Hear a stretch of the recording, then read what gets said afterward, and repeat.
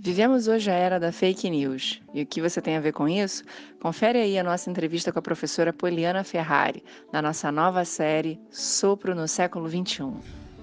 Eu sou Poliana Ferrari, sou pesquisadora em mídias sociais, professora da PUC São Paulo e jornalista. O livro Como Sair das Bolhas, é uma pesquisa do meu pós-doutorado.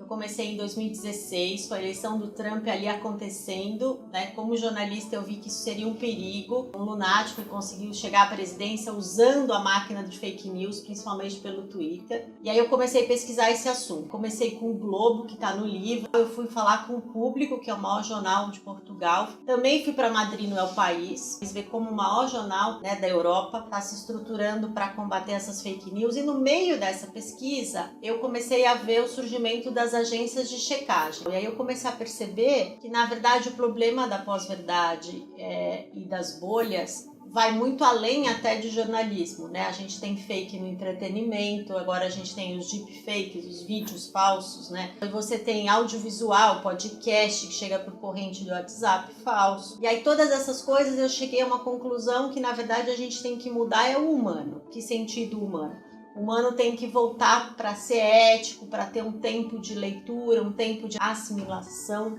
desse conteúdo, seja em vídeo, seja em áudio. Eu falo no livro que o dedo, a gente tem um dedo mais rápido que o cérebro, A gente compartilha sem ler, a gente tem uma ansiedade porque acorda de manhã e o grupo da família já tem 30 mensagens e a gente fica aflito que não respondeu. Ou é seu namorado ou namorado que vê que você visualizou e não respondeu, e aí você começa a querer dar conta, entender de tudo, e isso vai virando uma avalanche, e cada vez mais você vai passando coisas sem ter lido, sem ter checado. Outra coisa também foi descobrir as agências de checagem, Os checadores são super guerreiros, que eles apanham de todos os lados, Então, digamos que eles chequem uma informação que a esquerda publicou falsa, eles apanham, da esquerda. Se eles checam da direita, eles apanham da direita. Então, eles são super guerreiros e super necessários nesse momento. Mas são poucos. No Brasil, vamos pensar, pelo menos 140 milhões de brasileiros vão votar para presidente. A gente tem 3 agências de checagem no Brasil. Então é totalmente enxugar gelo. Você vai checando e falando, mas cada vez tem mais informação falsa circulando. Onde a gente consegue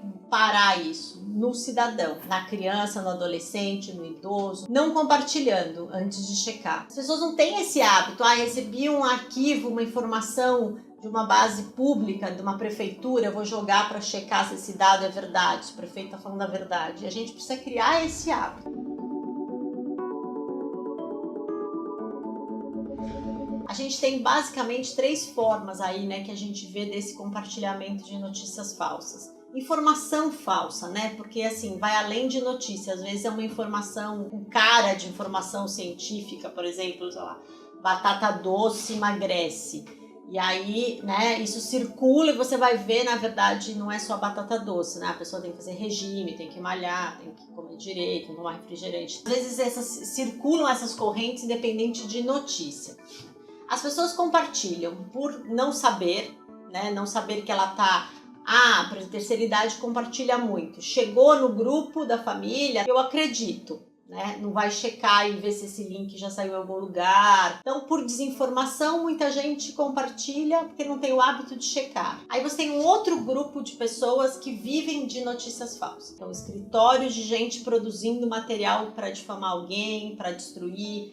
Veja o caso da Marielle, O MBL, aquele desserviço, acabou de ser assassinada e já fala que ela é namorada de traficante e tal. Então, tem um grupo que produz sem ética alguma, produz conteúdo falso. Ele se passa, o layout do site parece um portal, Você pega um Pensa Brasil, que ele parece um portal sério, mas não é. Então tem esse grupo que ganha dinheiro com informação falsa. O que você faz com esse grupo? Checa do mesmo jeito. Se você não compartilhar, eles não vão ter sucesso. E você tem um terceiro grupo, que não tem ideia dessa... não leu, entendeu? Compartilha sem ler. Ele nem sabe se é falso ou verdadeiro, mas ele acredita nos amigos, na timeline do amigo. É aquele que tá na bolha mesmo, então assim, tudo que falam na minha bolha eu acredito, e aí esse compartilha também. Então você tem todos esses cenários, sempre desembocando em coisas nada boas.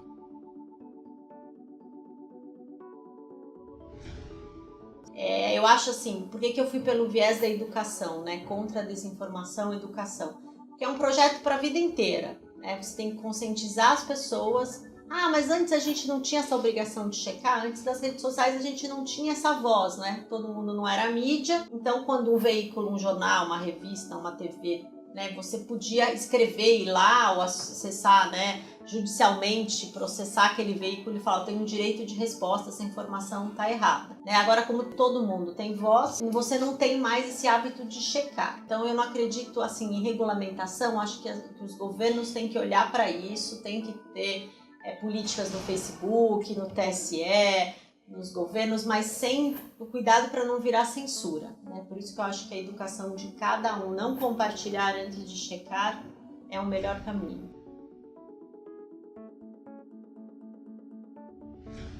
Eu acho que todo mundo é manipulável, não só a grande massa, tá, né? A partir do momento que você tá com essa pressa, né, que a gente tem essa ansiedade de estar dominando tudo, todo mundo quer ser um colunista sobre tudo, então você surgiu um assunto novo ou morreu alguém, você começa a ver sua timeline, aquele assunto subir, né, e você fala, puxa, eu não tô dominando, eu não tô sabendo o que tá acontecendo, e aí você compartilha a primeira coisa da sua bolha ali que você acredita. Então eu acho que assim, não é só uma massa alienada, tá todo mundo correndo esse risco. Porque quem tá produzindo fake já tem intuito de prejudicar mesmo, né? Ninguém trabalha produzindo fake news com o intuito de melhorar o planeta, né?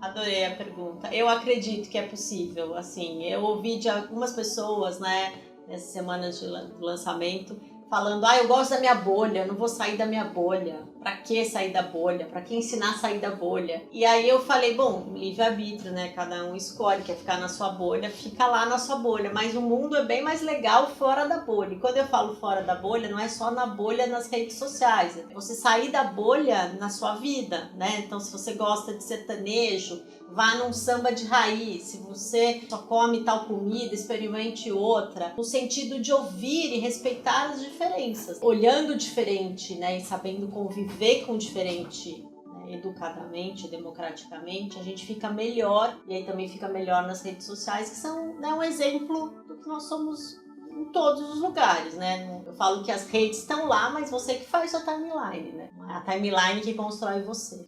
Tem uma frase do Papa Francisco que eu pus na contracapa do livro que eu gosto bastante. Ele fala assim: a dificuldade em desvendar e erradicar as fake news se deve também ao fato das pessoas interagirem muitas vezes dentro de ambientes homogêneos, impermeáveis e totalmente fechados a perspectivas diferentes. Né? Então a gente pensa o seguinte, até o Papa, um líder religioso, está falando isso, olha gente, saia das bolhas, seja uma bolha religiosa, uma bolha machista, não vai te ajudar em nada. No vídeo Nascimento da Filosofia, parte 2, nós abordamos a questão da consciência de si, considerando que a comunidade valia muito mais e pesava muito mais para definir quem nós éramos. E em contraposição a essa postura, a gente também falou que hoje vivemos uma completa ausência dessa percepção de comunidade. Eu disse lá que a gente vive hoje, então, um individualismo, a completa falta de percepção do outro. Mas eu gostaria de fazer uma ressalva aqui e dizer que, na verdade, a gente não alcançou ainda nem essa consciência de si, porque a gente não para pensar sobre o que a gente está sentindo, a gente não para pensar sobre o que a gente anda fazendo, apenas valorizamos aquilo que gera interesse imediato. A gente fica preocupado em sentir prazer, a gente fica preocupado em ser a autoridade da fala, ou às vezes até em diminuir o outro. O fato é que, como a professora Poliana fala, é interessante que a gente saia da bolha, porque o individualismo é estar na bolha. E como ela coloca, o mundo é muito mais legal fora da bolha quando a gente consegue conviver com respeito.